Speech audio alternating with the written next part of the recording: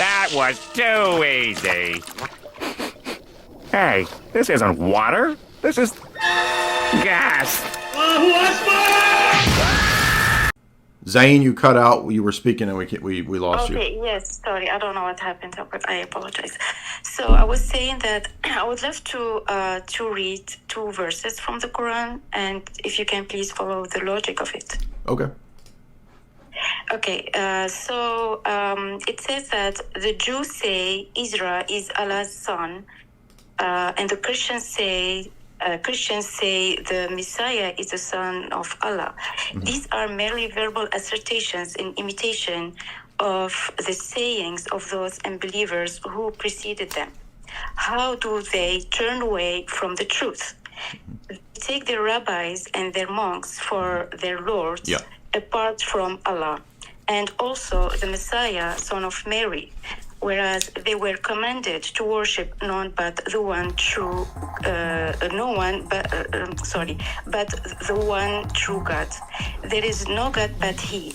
Exalted be He above those whom they associate with Him in His divinity. So, I mean, it's not perfect translation, but I think this is the... Yeah, I'm familiar with these texts, right. Yeah. So basically the logic is saying that, Muslims believe in Jesus, in the Bible, etc. But in the true version and the first version, or let's say the one that, that Jesus came with it at the time. Okay, but see, that's the assertion that we don't have any proof for and actually contradicts the other places in the Quran. No, that's but the point. Here it says that there are some people who how to say, they modify their beliefs because I know you're asserting that, but that's what doesn't work. And can I explain to you the argument that we made earlier as to why it doesn't work? Because you seem like you seem intelligent, and so I want you to... Because we've not had anyone come in so far that's even understood this argument. The argument is that... I'm not used to discuss with technical terms in English. No, it's not a question of translation. It's a simple argument. So, so there's at least 4 or 5 places in the Quran that explicitly say that, let's say I'm a 6th century Christian, let's say you're a 6th century Jew, and we're hearing the new revelation of the Quran, and it's being recited. Okay, we're hearing it. And let's say, for the sake of argument, that we understand Arabic and we can understand what's being said, okay? You follow me? Mm-hmm. Okay, hypothetical. The Quran says in multiple places that this new revelation can be confirmed and checked with what came before. If I'm a Christian or a Jew in the 6th century and I'm hearing the recitation of the Quran, the only thing that I can go and check it with is the existing Torah and Gospel that the Christians and the Jews have, okay? There's no way for me to go confirm that if what they possess as Christians and Jews is completely corrupted. So you see how silly this is? And by the way, the Quran does not actually say, that the Torah and the Gospel is corrupted. I have the text on the screen right here that says that let me read it. This is 378. There are some among them who distort the book with their tongues to make it say this distortion is from the book. But the distortion is not what the book says.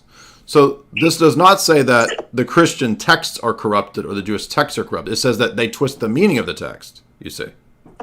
Okay, yes. So how, as a 6th century Christian or Jew hearing this recitation, could I conceivably even go check the other previous texts? Okay, you're right. So you have to put things in context because, in Quran there's so much, the context is very important.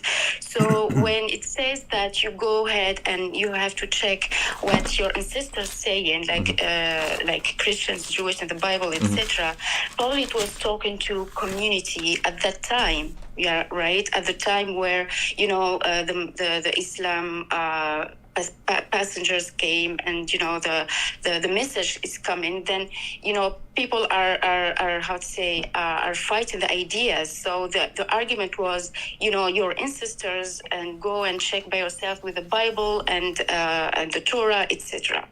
But this is in another context, like the surah, the verse that I just mentioned, it was mentioning that the Bible. I mean, there's so much things that we believe in, and so many stories that we believe in are in the Bible and in the Okay, Torah, do but the texts say, unfortunately- do these No, no, texts, let me finish my you're point, filibustering. please. This isn't answering the question. Do the texts tell me to go to, The question is no. The question is, yeah, we can go and check what is the Bible and what the Bible says. Oh, I and can. What the Torah says, but Oh, at okay. the same time, because you said you mean you, I don't think you followed what the verses that I just mentioned, and I can send it to you. But the thing in the same time, No, first of all, it's not, There's something. slow down. First of all, There's some nuance. slow down. Some So you're just points, saying which there's context and nuance. This is not answering anything. yeah, because We- at certain time No. the Christian community didn't really keep 100% of what the Bible says, because So some this is an rabbis, assertion. How do you know this? What are you even talking about? because you took what when you mentioned the verses, we have to follow, we have to check and double check with what your ancestors say, and you took that, but you refused to take the other part, what I mentioned, right? So But your part is incorrect. You're not even listening. Just slow down. Stop yapping. Okay. Okay. You said that we take monks as lords. We don't believe that. No Christian has ever said a monk is a Yeah, lord. but at certain time, like the popes, they say that they have so much power, right? No one can That deny doesn't that. mean that the Quran is talking about seeing them as divine and replacing God. Yeah, some Okay, people do that. no, they didn't. No, that's not true. Give an example of that. So we're talking about the 7th century. Where in the 7th century or before did anybody believe the Pope was God? I'm not. So you don't have any evidence. So these are just assertions. So no evidence. But history. This. So you're yapping, women prattle. Where is the confirmation? You can't deny that the. I can deny it because you don't have any evidence. There's so much power, even more powerful than anything. None of that has anything to do with the Pope being worshipped as God. It's. How do I confirm so you're not going to answer any of these questions. You're just going to yap. How do I confirm the Quran with prior revelation? You tell me how I do that. Sorry, could you repeat that again? Sorry. How? Let me ask you this question, because I've repeated this argument that's not very complex about 10 times tonight. And I'm not mad at you, you're being rude. Like, could you restate what you think the argument is? So my argument is my argument. I want to know if you understand and can restate what you think I'm arguing. Yeah. Because no one tonight has been able to do it. Maybe because you didn't mention it. Because of what? Clearly, I don't know. So. Because of what? You cut out. So I believe. From what I understood, I don't know. Do you hear me? Maybe because of what? I can't hear you. You cut out.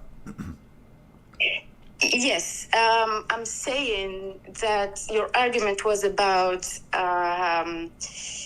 why we can't find a proof in the Quran, why all the Muslims believe that Bible is corrupt, but there's no proof of that. Is that correct? No, that was not. That's part of the argument, but the argument is, as a 6th century Christian or Jew, if we're listening to the recitation of the Quran, and the Quran enjoins upon me to check this new revelation against the previous, what could I go to, or how could I do that without going to the Torah and the Gospels?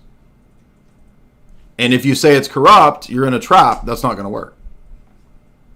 No, not all of it is corrupt, but just few nuances.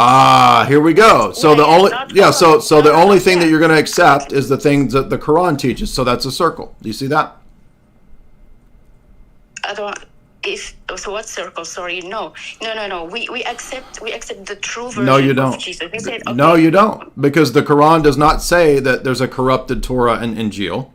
It says that the Christians can go check the one that they have, and so there's no text that says it's corrupted. You're just saying that because that's a later Muslim argument, because they didn't say in the Quran that it actually was corrupted. That's a later development that Muslims started saying, and that's why you guys rely on the higher critics who also don't accept the Quran, by the way. So when you appeal to like Bart Ehrman says that he thinks the New Testament is corrupt, but he also says the Quran is corrupt. So you guys will cite the scholars who don't even fit or work for your position. But regardless, the point is that when you admit that the Bible's corrupt, even though the Quran doesn't say that, It's a circle because the texts that you accept in the Bible are only the ones that are repeated or affirmed in the Quran. That's a circular argument. So I'm not actually able to test the Quran against the Bible. Do you see that? You don't see that.